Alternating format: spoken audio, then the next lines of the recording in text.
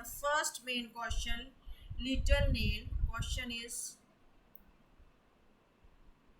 Little Nail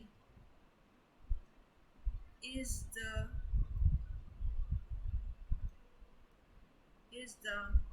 character in. आप साथ के साथ कमेंट्स करते रहें भी लिटिल नेल किस चीज़, पहले मैं आपको आंसर ही बता देती हूँ वैसे भी, कहाँ कौन सी राइटिंग में है। ये इंपॉर्टेंट कैरेक्टर है, ध्यान रखना, जो इंपॉर्टेंट क्वेश्चन है उन्हीं को ही मैं कर रही हूँ revise. The little nail is the character in the old curiosity shop, the old curiosity shop 1840। और ये बात करें ओल्ड क्यूरियोसिटी शॉप की मेन जो कैरेक्टर है लिटिल नेल है। अगर ये बात करें इंपॉर्टेंट राइटिंग है, ये किसकी लिखी हुई है, ये लिखी हुई है Charles Dickens. Charles Dickens. His birth is 7th Feb 1812 to 9th June 1870, ये इनका बर्थ है। अगर हम बात करें चार्ल्स डिकन का, ये फेमस वर्क है द ओल्ड क्यूरियोसिटी शॉप, जिसमें जो लिटिल नेल है वो अपने ग्रैंडफादर के साथ रहती है। किसके साथ रह रही है? ग्रैंडफादर। इसका नाम क्या है लिटिल नेल का? Nail Trent. Nail Trent. Nail Trent, ये है क्वेश्चन। आप ध्यान रखना, मैं क्वेश्चन में आपको ना कोई ऑप्शंस नहीं दे रही हूँ। अगर मैं ऑप्शंस दूंगी तो आपको थोड़ा सा तुक्का लगाने का हो जाता है, पर अगर मैं ऑप्शंस नहीं दूंगी तो आप अच्छे से इसको कर सकते हैं। अभी मैंने लिटिल नेल के बारे में आपको सब कुछ बता दिया है, किसकी राइटिंग है, किसने लिखा है। Okay, that's it for the question. The next question that is, who has created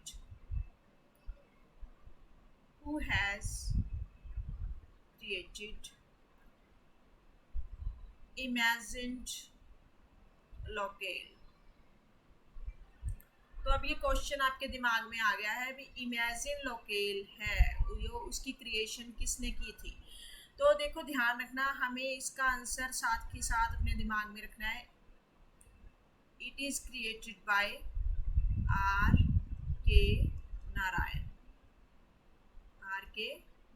who has created? R K Narayan.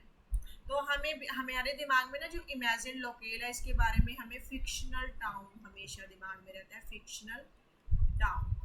तो आप ये दिमाग में फिक्शनल टाउन नहीं रखना, और इसके साथ एक ये भी वर्डिंग है जो इमेजिन लोकेल है, उसके बारे में ध्यान। और आपको सबको पता है वो इमेजिन लोकेल का नाम क्या है? मालगुडी।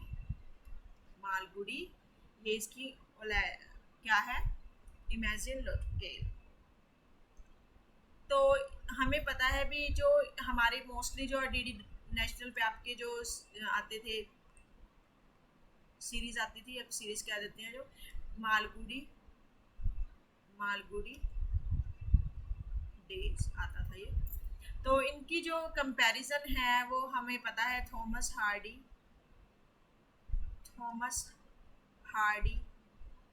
हार्डीज किसके साथ? थॉमस हार्डीज वेसेक्स के साथ। वेसेक्स भी इमेजिन लोकेल है बेटा। ओके। और अगर विलियम फॉकनर की बात करें तो उनका था William Faulkner's, that is Yoknapatawpha. Yoknapatawpha. Okay, ये सारा एक क्वेश्चन है इमेजिन लोकेल के बारे में, जो आर के नारायण ने इमेजिन किया था। ये ध्यान रखना अपने दिमाग में। नेक्स्ट की क्वेश्चन की अगर हम बात करें तो देखो, आर के नारायण का आपको पता है most important writer in Indian English literature. Okay, Indian English literature के मोस्ट इम्पोर्टेंट राइटर हैं जो हमारे कौन है? Are K Narayan. Next question, important question, that is rhyming scheme.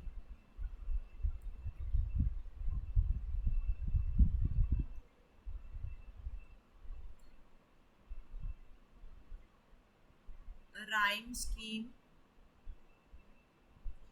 जो राइम स्कीम है वो है किसकी बतानी है हमें, स्पेंसेरियन सोनेट की। किसकी?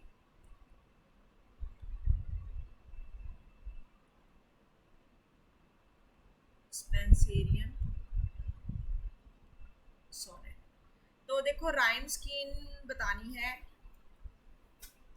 जो सोनेट है, पहले तो हमें ये पता होना चाहिए, जो सोनेट है, सोनेट उसमें हमारे कितने हैं, 14 लाइंस हैं। ओके, पेट्रार्कन है एक कौन सा है, स्पेंसेरियन हो गया। जो हमारा सोनेट है वो सोनेट वर्ड कहाँ से आया? सोनेट वर्ड आया हमारा ऑक्सीटन वर्ड और इटालियन वर्ड सोनेटो से, सोनेटो। ओके, और इसकी हम बात करें, इसका मतलब होता है लिटिल सॉन्ग, लिटिल सॉन्ग। और इसकी हम बात करें, जो ये स्पेंसेरियन स्टेन है, ये किसने रखा था इसका नाम Spencerian? That is Edmund Spenser. किसने रखा था? Edmund Spenser. अगर उनके लाइफ स्पैन की बात करें, इनका लाइफ स्पैन है 1552 टू 1599। ये ध्यान रखना, ये आपके है आपके सिलेबस में, इनके बर्थ को जरूर याद रखना। ओके, तो इनकी जो राइमिंग स्कीम है वो है A B B C C D E. A B C D मैंने अपने टाइम पे तो आप देखो ऐसे याद रखा था। अभी अब अब अब बस बस सड़ सड़ बस ऐसे याद रख लिया था। अब बस बस सड़ सड़, ये याद किया था मैंने। तो ऐसे आप जैसे भी आपको ठीक लगे वैसे आप इसको कर सकते हैं। नेक्स्ट हम क्वेश्चन की बात करें। क्वेश्चन है,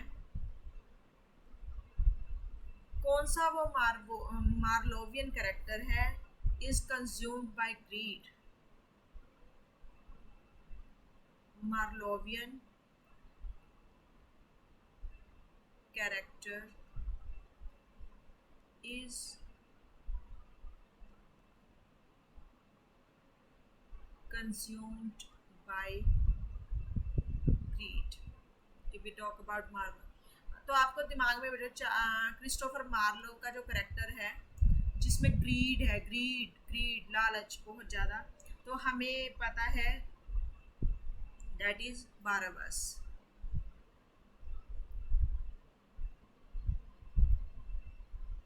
बारबस किसमें है ये? The zoo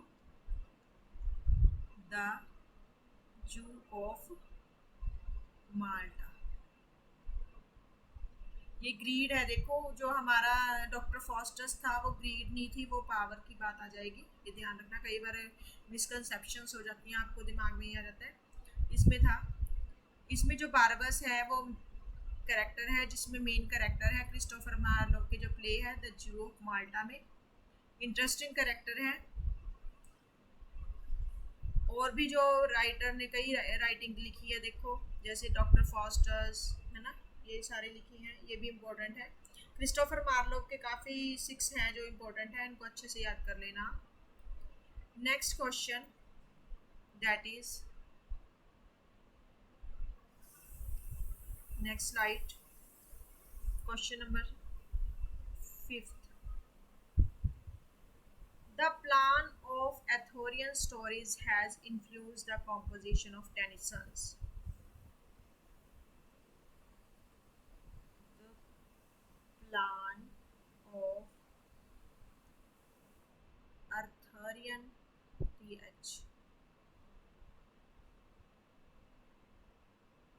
stories has influenced the composition of Tennyson, किस चीज़ ने टेनिसन आर्थरियन स्टोरीज के ने टेनिसन को क्या लिखने के लिए प्रेरित किया? तो क्या आएगा? जो हमारा सबसे पहले तो हमारा जो टेनिसन की बात करें,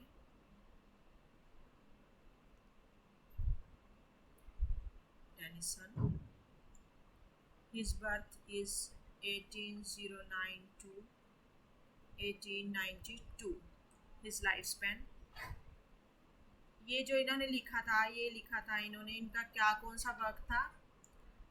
eyes of the king, that is आइज ऑफ द किंग, ये जो राइटर ने लिखा था ये है, इसमें है 12 नरेटिव पॉइंट, 12 नरेटिव पॉइंट्स इसमें है, जो कलेक्शन है जो पब्लिश हुई थी ये 1856 में पब्लिश हुई थी ये, और दूसरी बार ये हुई थी 1885 में। ओके, इसमें जो हमारी बात हुई है किंग आर्थर की बात हुई है, किंग आर्थर के बारे में बात हुई है एंड हिज नाइट्स के बारे में बात हुई है। ध्यान रखना, the plan of Arthurian stories and influence the composition of Tennyson, किसने इस चीज़ ने किया था टेनिसन के कंपोजिशन के लिए? दैट इज आइज of the king, 12 narrative poems हैं इसमें। ओके, 1856 एंड 1885 में आई थी, किंग आर्थर के बारे में हमें जानकारी मिलती है। The next question that is the Shakespearean sonnet has the following rhyming scheme. Spenserian तो हो गया था ना, अब बस सड़ ये तो मुझे याद हो गया था तभी। शेक्सपियरियन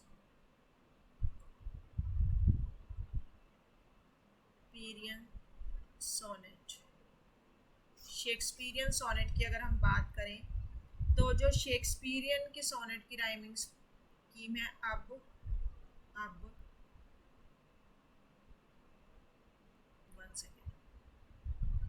सड़ सी डी मैं तो अपनी लैंग्वेज में बोल रही हूँ, ई एफ जी, देख लीजिए आप। अब सड़ अफ ग, अब सड़ अफ ग, ये है इसकी राइमिंग स्कीम। बहुत इंपॉर्टेंट है ये। देखो राइमिंग स्कीम आपको पता होना चाहिए। अगर शेक्सपियर की बात करें, इन्होंने 154 सोनेट्स लिखी हैं, तो उन सोनेट्स में इसी राइमिंग स्कीम की इन्होंने यूज़ किया है।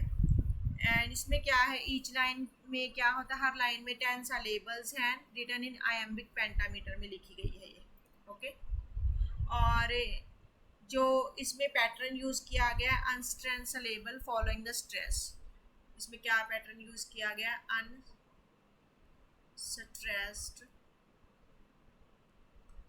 Syllable following the stressed. Okay, ये स्कीम यूज की हुई है इन्होंने। द नेक्स्ट क्वेश्चन, शेक्सपियर के बारे में तो आप सबको पता ही है, most important writer in English literature. Without him there is no imagination of literature.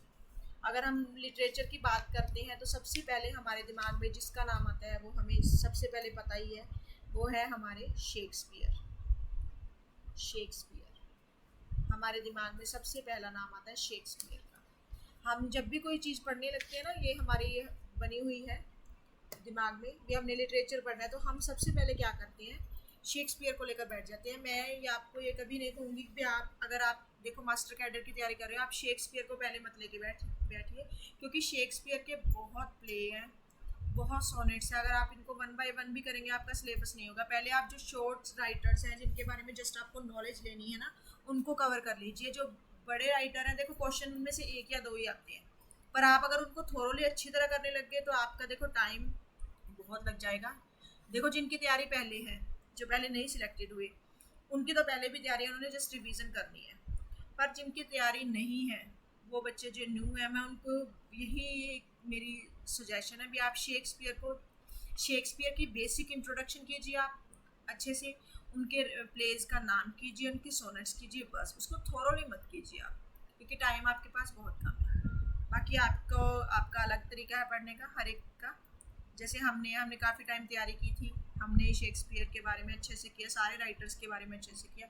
पर मेरा आपसे यही सुजेशन है, पहले आप दूसरे राइटर्स को कवर कीजिए, क्योंकि नियर अबाउट देखो 120 क्वेश्चंस जो हमारे आएंगे, हमारे राइटर्स भेज जाएंगे, और नियर अबाउट 30 क्वेश्चन होते हैं जो हमारे ग्रामेटिकल पोर्शन से आते हैं। वो नियर अबाउट 30 और 35 क्वेश्चन है जो ग्रामेटिकल पोर्शन से आते हैं।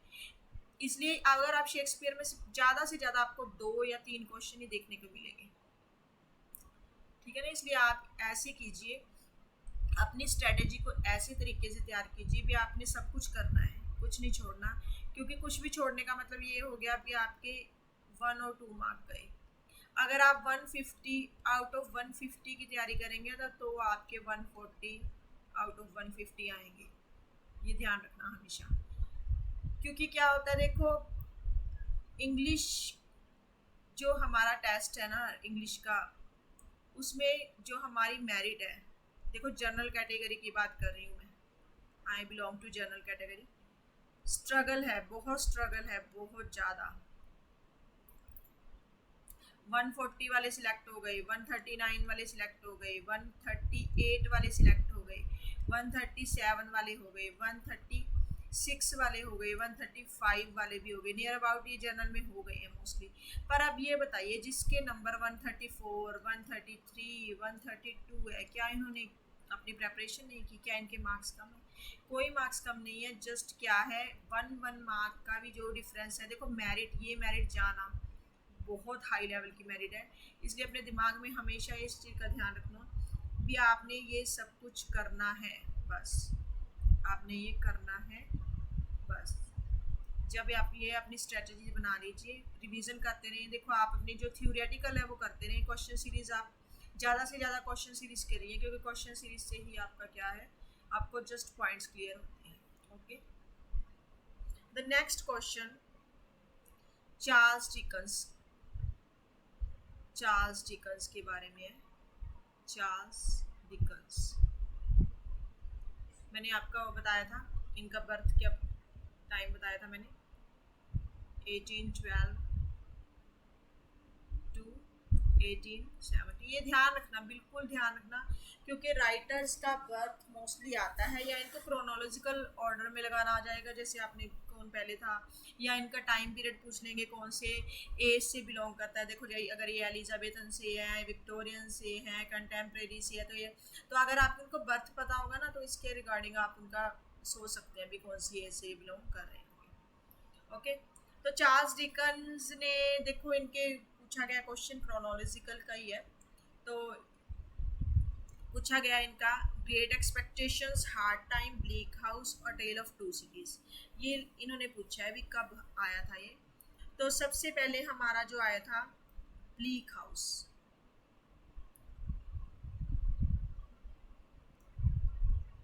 ब्लीक हाउस जो हमारा आया था वो आया था 1852, दैट इज मार्च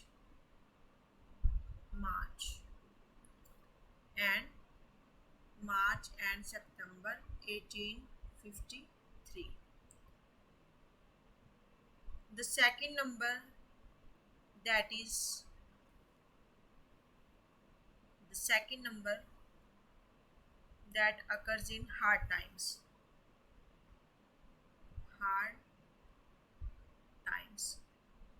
ये हमारा पब्लिश हुआ था 1854 में।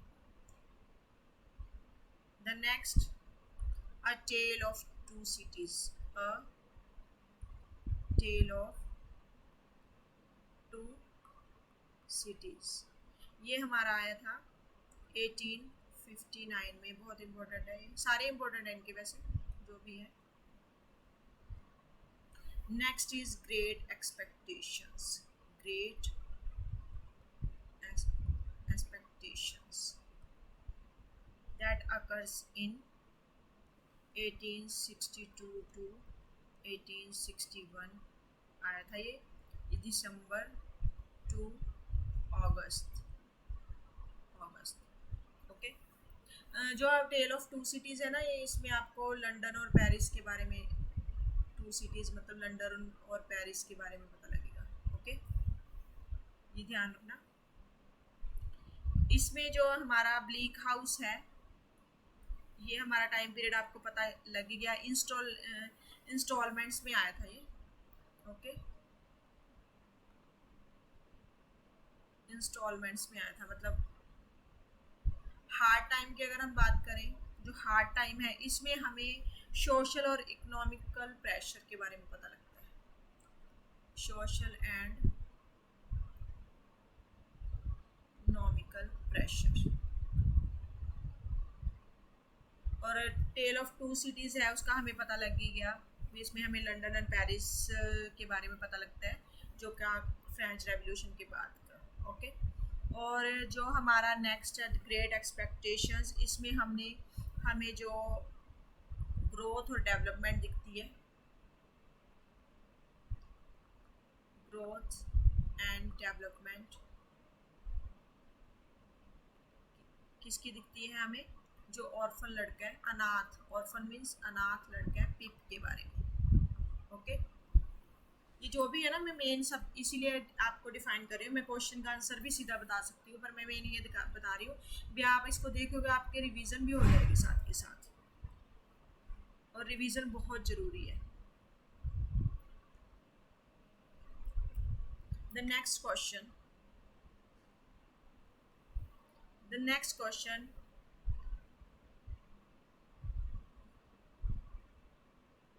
T.S. Eliot's जो द वेस्ट लाइन, ये सारे इंपॉर्टेंट क्वेश्चन है। 1 second. The Waste Land contains total lines। हाँ जी, टी.एस. इलियट का जो हमारा वेस्टलैंड है, वो most important work of T S. Eliot. तो इसमें हमें ये कंफ्यूजन रहती है, कई इसको 133, कई 433 या 434 लाइंस कहते हैं। कोई भी ऑप्शन आए उसको आप सेट कर देना। वैसे ये ऑप्शन सही है, 133 लाइंस। ये क्या है? वेस्टलैंड क्या है? पोम है ये। ओके, ये क्या है? पोम है ये कब पब्लिश हुई थी? ये पब्लिश हुई थी 1922 में। ओके, ये बहुत इम्पोर्टेंट है राइटर की पोएम। Thomas T.S.. इलियट की बात करें तो इन्होंने बहुत कुछ लिखा सुपरनैचुरल वगैरह के बारे में। ये चीज़ हमें देखने को मिला। वेस्टलैंड में 5 पार्ट्स हैं। ओके, ये वेस्टलैंड को मैं अलग से डिफाइन करूँगी, जिसमें आपको 5 पार्ट्स के बारे में भी पता लग जाएगा। टी.एस. इलियट को अच्छे से कर लेना, बहुत इम्पोर्टेंट है ये writing.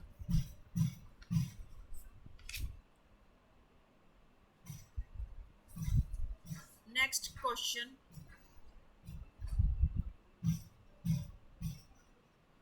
The next question.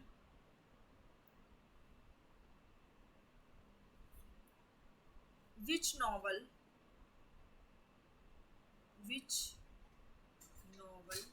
is set in Africa and carries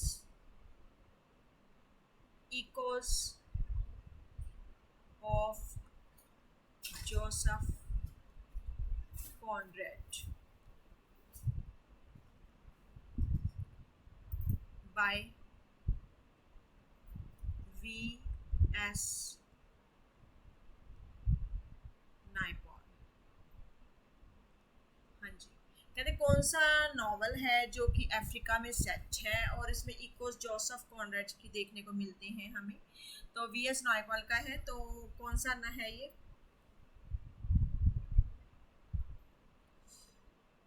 अगर पहले हम वीएस नायपॉल के बारे में देख लें थोड़ा सा, बहुत इंपॉर्टेंट है, कंटेम्प्रेरी राइटर है, ये ध्यान रखना, हमारे सिलेबस देखते रहना। इनका अगर बर्थ करें, इनका 17 अगस्त 1932 ये इनका बर्थ है। इन्होंने जो मेन लिखा है ब्रिटिश कॉलोनाइजेशन के बारे में लिखा है, और जो इनको नोबेल प्राइज़ मिला था, नोबेल प्राइज़ ये इनको मिला था 2001, ओके 2001 में। और मेन अगर इस क्वेश्चन की बात करें तो इस क्वेश्चन का आंसर आएगा हमारा अ बेंट इन रिवर। बाकी भी मैं वीएस नायपॉल के बारे में आपको बता रही हूँ। इस क्वेश्चन का बात आएगा जो अफ्रीका में सेट है और इसमें इकोज मिलती हैं जोसेफ कॉनरेड की, ठीक है। और अगर हम बात करें जो हमारा और जो जो अदर इनके नॉवेल्स हैं, द मिस्टिक मेजर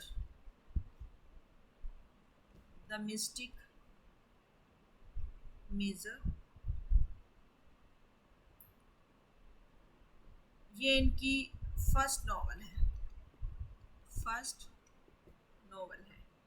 ओके, जो ये आई थी 1957 में। जो बेंडिन रिवर है ये 1979 में आई थी इनकी, ओके। उसके बाद अगर हम बात करें नेक्स्ट की, जो नेक्स्ट है ए हाउस फॉर मिस्टर विश्वास, बहुत इंपॉर्टेंट है ये, अपना घर बनाने के लिए सोचता है बेचारा। अ हाउस फॉर मिस्टर विश्वास, कहते हैं इंसान अपना घर बनाने के लिए सोचता रहता है, पर जब बच्चे हो जाते हैं वो उसकी मेहनत को नज़रअंदाज कर देते हैं। 1961 ये नॉवल आई थी। इसमें जो मेन कैरेक्टर है वो मोहन विश्वास है, ओके। और नेक्स्ट अगर हम बात करें द मिमिक मैन भी इम्पोर्टेंट है उनकी। द मिमिक मैन है ये आई थी 1967। ये सारे इंपॉर्टेंट वर्क है हमारे वीएस नायपॉल के। हाउस फॉर मिस्टर विश्वास है जो इसकी स्टोरी को अच्छे से रीड कर लेना आप, ताकि आपको कोई प्रॉब्लम ना आए। अच्छे कैरेक्टर्स है, स्टोरी अच्छी है, ये नॉवल अच्छी है। नेक्स्ट है question, in the rape of the lock, Belinda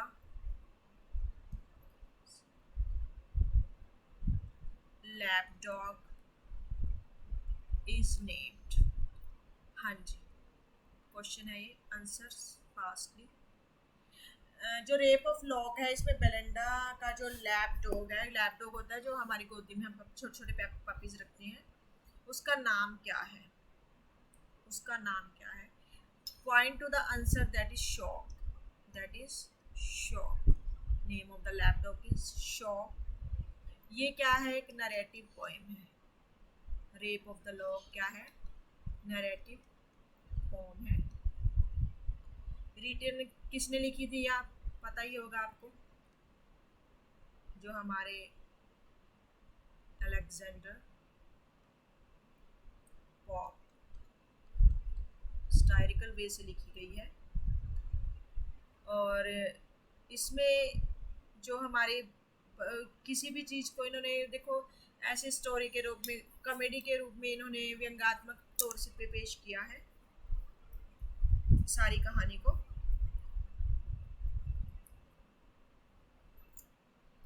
ये स्टोरी है ना, the rape of the lock, जो पोम है, नरेटिव पोम है, उसको आप अच्छे से, रेप ऑफ द लॉक को क्या करना है, आपको रीड कर लेना है, इसके मेन कैरेक्टर्स को रीड करना है। Belinda is the main character, lapdog of Shock है, नरेटिव पोएम है, अलेक्जेंडर पोप के थ्रू लिखी गई है। ये मोस्ट इंपॉर्टेंट पॉइंट्स है जिसको मैंने अभी डिस्कस किया है। The next question,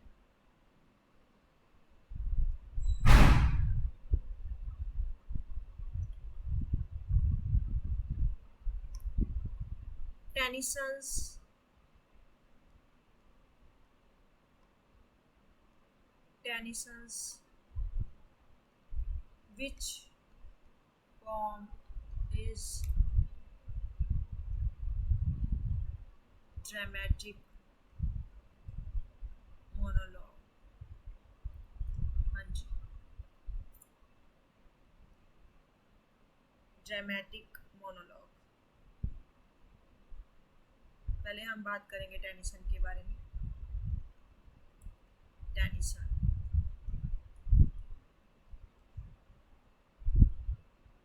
Alfred Tennyson, birth important है, 6 अगस्त 1809 to 6 अक्टूबर 1892। क्या थे? Poet laureate,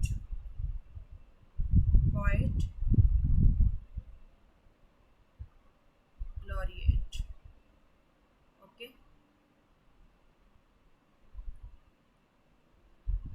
poet laureate. इन्होंने ड्रामेटिक मोनोलॉग काफ़ी लिखे हैं, ओके। इसमें ऑप्शंस हैं जो मैं आपको अभी क्लियर कर देती हूँ। In memoriam, the change of the charge of the light brigade, crossing the bar and Tithonus. इसमें आपने बताना है कि कौन सा इनका ड्रामेटिक मोनोलॉग है, इम्पोर्टेंट। तो ये अगर हम बात करें टेनिसन्स के अगर अदर की, तो इनका पता है हमें, अल्फ्रेड लॉर्ड टेनिसन की यूलिसिस के बारे में आपको पता होगा। यूलिसिस ये 1842 में आई थी। ये फर्स्ट इनका ट्रू ड्रामेटिक मोनोलॉग कहा जाता है, फर्स्ट ट्रू ड्रामेटिक मोनोलॉग है ये, ओके। उसके बाद उनकी फेमस आई थी अनदर पोएम, टिथोनस,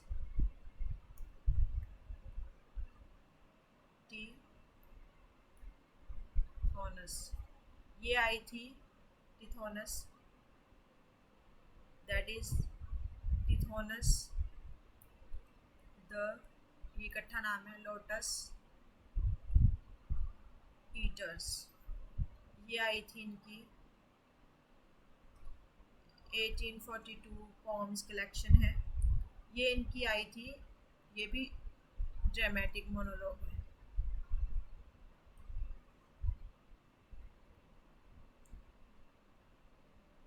ड्रामेटिक मोनोलॉग है।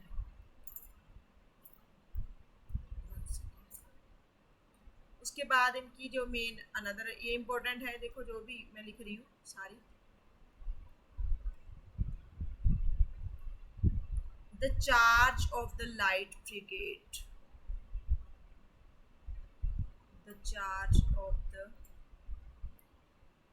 Light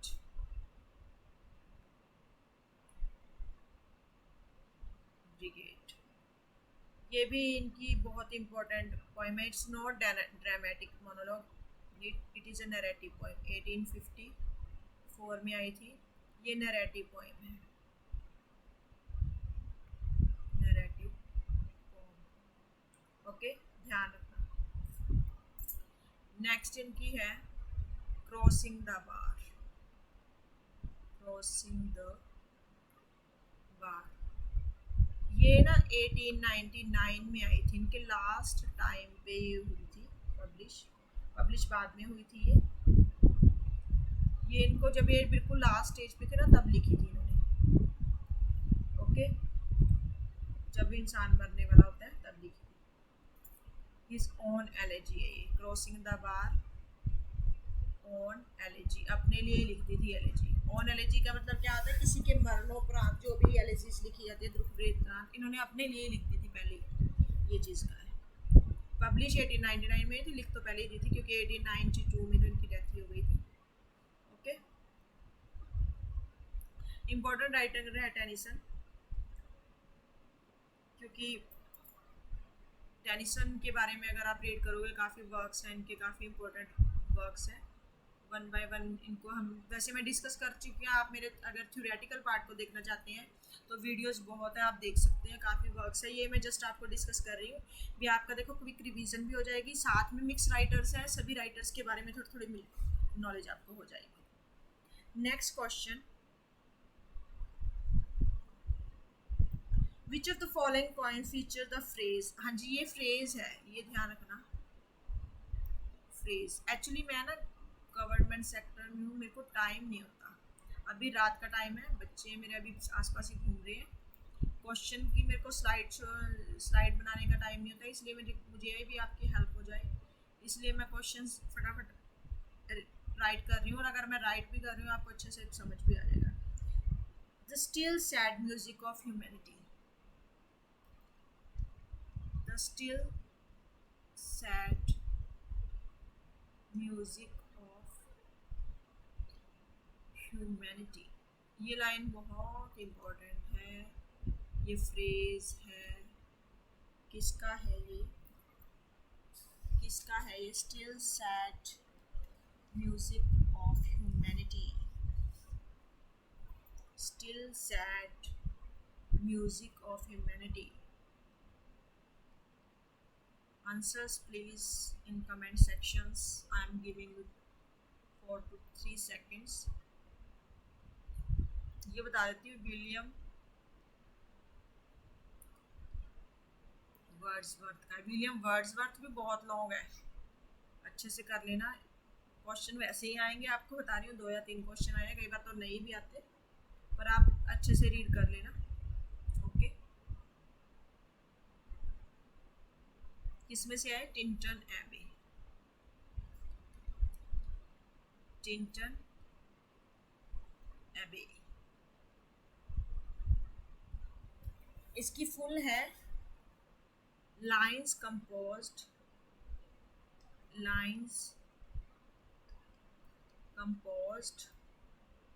a few miles above Tinton Abbey, okay. कब थी ये, 13 जून, ड्यूरिंग द जर्नी 1798, ओके। ये क्या था, इनके जा रहे थे टूर पे, उसके रिगार्डिंग लिखा है ये, अच्छी है, काफ़ी अच्छी पोएम है ये, बहुत इम्पोर्टेंट। इनका अनदर वर्क्स है, आपको पता है, एक वर्क के कारण रोमांटिक एज आया था,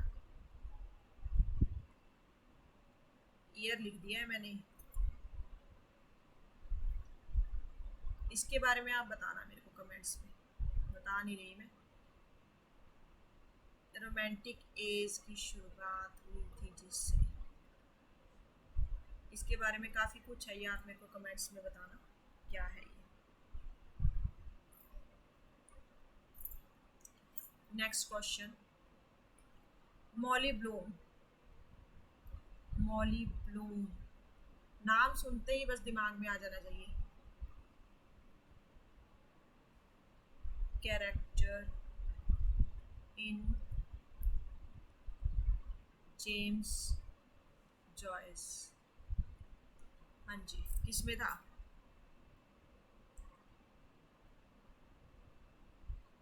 बोलिए, give me the answers fast. Molly Bloom is the character, is fictional character है ये। फिक्शनल कैरेक्टर क्या होता है, काल्पनिक कैरेक्टर, नॉन फिक्शन जो होता है हमारे, नॉन फिक्शन जैसे हम कोई एस्से वगैरह लिखते हैं या हम कोई भी इंसिडेंट लिखते हैं वो नॉन फिक्शन है। फिक्शन हमारी काल्पनिक होती है सारी, जो हम अपनी दिमाग में वैसे ही सोचते हैं। फिक्शनल कैरेक्टर है, यूलिसिस से है ये। ओके, यूलिसिस से है ये। 1922 किसके थ्रू लिखा है? James Joyce. ये आपको पता है, ये यूलिसिस का ही नाम है ये, जेम्स जॉयस। ओके, ये नॉवल है, ध्यान रखना। वो पोएम थी, ये नॉवल है। ये क्या है? नॉवल है। वो क्या थी? पोएम थी। इसमें मेन कैरेक्टर है लियोपोल्ड ब्लूम।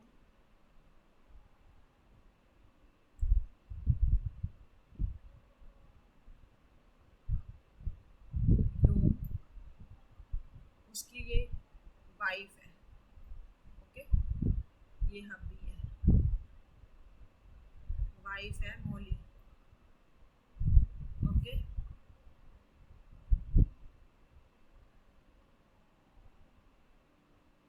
बाकी जो भी इसके बारे में आपको पता है वो आप मेरे को बता देना, मॉली ब्लूम के बारे में, इन comment section. Next question, objective, objective को रिलेटिव। हाँ जी, ये टर्म के बारे में बताइए जल्दी जल्दी in comment section. Please tell me about the term objective correlative. Correlative,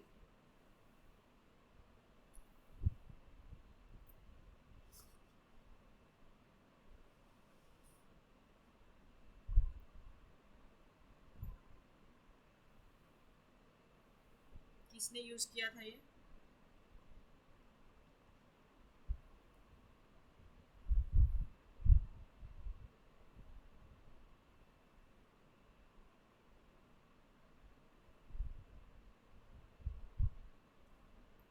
Hamlet, Hamlet and his problems. Comments में लिखते रहे हैमलेट एंड हिज प्रॉब्लम्स। ये हैमलेट शेक्सपियर वाला नहीं है, पूरा नाम है हैमलेट एंड हिज प्रॉब्लम्स। जो किसने लिखा था? टी.एस. इलियट ने। ओके, ऑब्जेक्टिव कोरिलेटिव क्या टर्म है? देखो, ऑब्जेक्टिव कोरिलेटिव एक हम कह सकते हैं जिसमें सिचुएशन को, इवेंट्स को ऐसे फॉर्मुलेट किया जाता है, ऐसे पर्टिकुलर इमोशंस को ऐसे तरीके से शो किया जाता है कि वो हमें ऐसे लगता है जैसे रियलिस्टिक इवेंट हो। ठीक है, इसके बारे में आप मेरे को बता देना बाकी कमेंट्स में। मैंने अपने तरीके से बताया भी। ऑब्जेक्टिव कोरिलेटिव को मतलब कोरिलेशन भी ऐसे पैदा किया जाता है, वैसी ही फीलिंग्स, वैसे ही इमोशंस को वैसे ही तरीके से ट्रेडिशनली वे में पेश किया जाता है। इसको ऑब्जेक्ट को कोरिलेट कर दिया जाता है इस तरीके से इसको। बाकी जो आपको अपने रिगार्डिंग पता है आप कमेंट्स में लिख दीजिए। The next question, Seamus Heaney. Seamus Heaney, देखो ये राइटर्स ना ये कोई ज़्यादा लेंथी राइटर्स नहीं है ये, पर ये राइटर्स हैं इम्पोर्टेंट। देखो लेंथी भी नहीं है, थोड़ा थोड़ा इनका करोगे क्वेश्चंस मोस्टली आ जाते हैं। कंटेम्प्रेरी राइटर्स हो गए, अगर हम बात करें इंडियन राइटर्स हो गए, हमारे विक्टोरियन हो गए, ये सारे राइटर्स कुछ ज़्यादा इतनी लेंथी नहीं है। पर वही बात है, जिसने जॉब ले ली उसको सब कुछ आसानी लगता है, पर जो जिसने करना है, जो इस टाइम से गुजर रहा है, मैं उनके बारे में समझ रही हूँ। पर दिमाग पे बोझ लेकर मत कभी भी तैयारी मत करना, बस ये सोच के करना भी आर या पार, इस बार करना ही है। इनको नोबेल प्राइज़ कब मिला था? नोबेल प्राइज़ इनको इनको 1995 में मिला था नोबेल प्राइज़। एग्जैक्ट आंसर इनका, अगर हम बर्थ की बात करें, बर्थ अगर इनका हुआ था, इनका 13 अप्रैल 1939 को हुआ था। ये आयरिश पोइट थे, आयरिश पोइट, प्ले राइट थे, लेक्चरर भी थे, ट्रांसलेटर भी थे। इम्पोर्टेंट है ये। मेन जो इस एज के राइटर्स हैं ना, आपको मोस्टली आयरिश ही मिलेंगे, ये ध्यान रखो। Next question,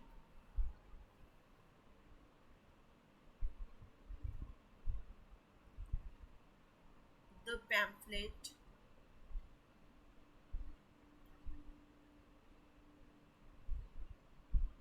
on the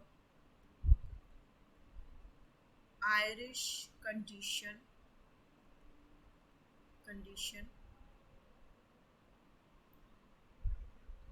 and address to the Irish people। Pamphlet का नाम है, देखो ये was composed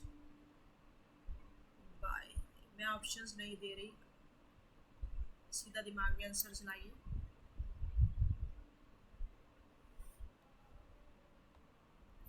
Comment me the answers। Okay, the answer is P.B. Shelley। P.B. Shelley। P.B. Shelley।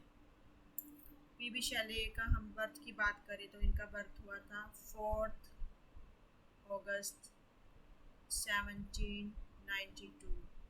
अगर आप इनकी एज देखें ना, पी.बी. शेले, जॉन कीट्स वगैरह की कुछ भी एज नहीं थी जिस एज में हम स्ट्रगल कर रहे हैं जॉब के लिए, उस टाइम पर तो ये नाम बनाकर चले भी गए थे। देखो ये रोमांटिक पोएट है। ओके, बहुत ज़्यादा छोटी एज में ही इन्होंने इतना कुछ लिख दिया। इन्होंने ये कंपोज किया था an address to the Irish people, compose किया था जब ये इन्होंने विजिट किया था। कहाँ विजिट किया था? डबलिन में। डबलिन में विजिट किया था। इसको प्रिंट किया था, इसको printed by Daniel Isaac Eaton. Printed by Daniel Isaac Eaton. Okay, इन्होंने ये जो पब्लिश हुआ था, ये पब्लिश हुआ था इनका, ये जो इनका पब्लिश हुआ था, ये पब्लिश हुआ था इनका 24 फेब 1821 में। इन्होंने आयरिश कंडीशंस के बारे में पब्लिश किया था, जो आयरलैंड की उस टाइम पे कंडीशंस थी उसके बारे में इन्होंने ये लिखा था। इम्पोर्टेंट है P B. Shelley. Next question,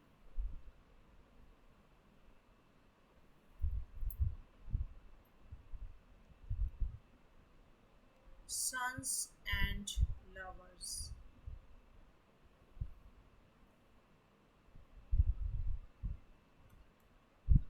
published in, कब पब्लिश हुआ था?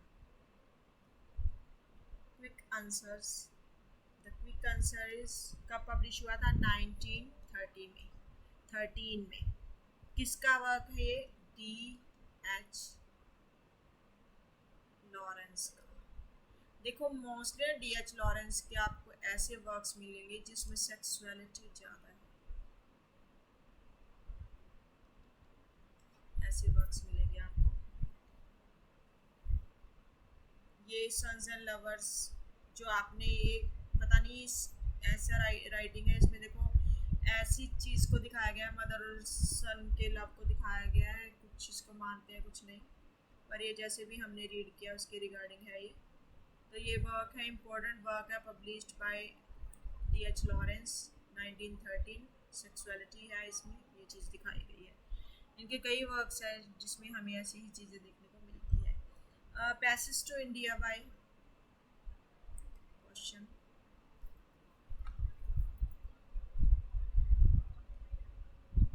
अ पैसेज टू इंडिया बाय, किसने लिखा है ये तो बहुत सिंपल क्वेश्चंस हैं, बहुत ज़्यादा। That is written by E.M. Forster. A passage to India E.M. Forster ने लिखा है। ओके, ये कब पब्लिश हुआ था? ये पब्लिश हुआ था 1924 में। पब्लिश 1924 में हुआ था। और इसमें जो हमारी इंडियन इंडिपेंडेंस मूवमेंट चल रही थी 1920 की, इंडियन इंडिपेंडेंस मूवमेंट, उस टाइम पे इन्होंने ना जर्नी की थी इंडिया में, उस चीज़ को शो किया गया है। काफ़ी इम्पोर्टेंट है ये भी बात। The next question, important question, verses on the death of Dr. Swift, verses on the death of Dr. Swift, किसका वर्क है ये, किसका वर्क है ये? This is a work by Jonathan Swift. Jonathan Swift.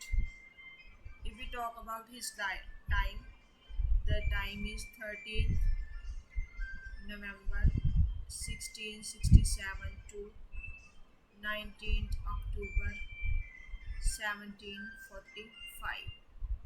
His time. ये भी क्या थे, ये भी आयरिश थे। He is Irish.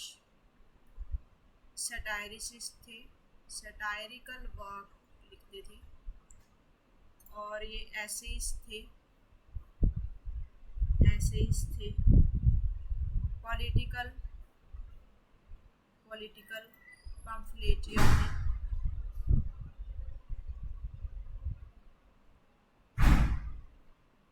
Okay, political pamphlets वगैरह लिखते थे ये। इन्होंने अपने खुद की ऑबिचुरी में 1731 को ऑन ऑबिचुरी,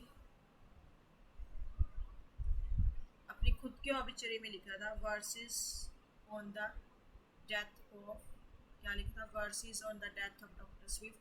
पब्लिश जो हुआ था ये पब्लिश हुआ था 1739 में।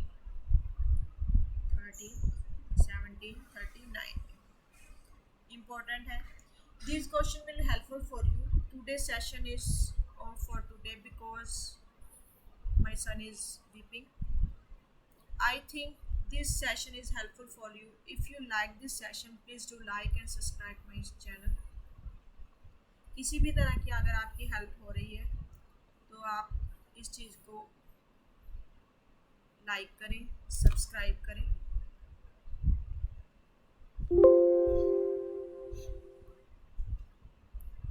Stop the session. Now I am going to stop this session.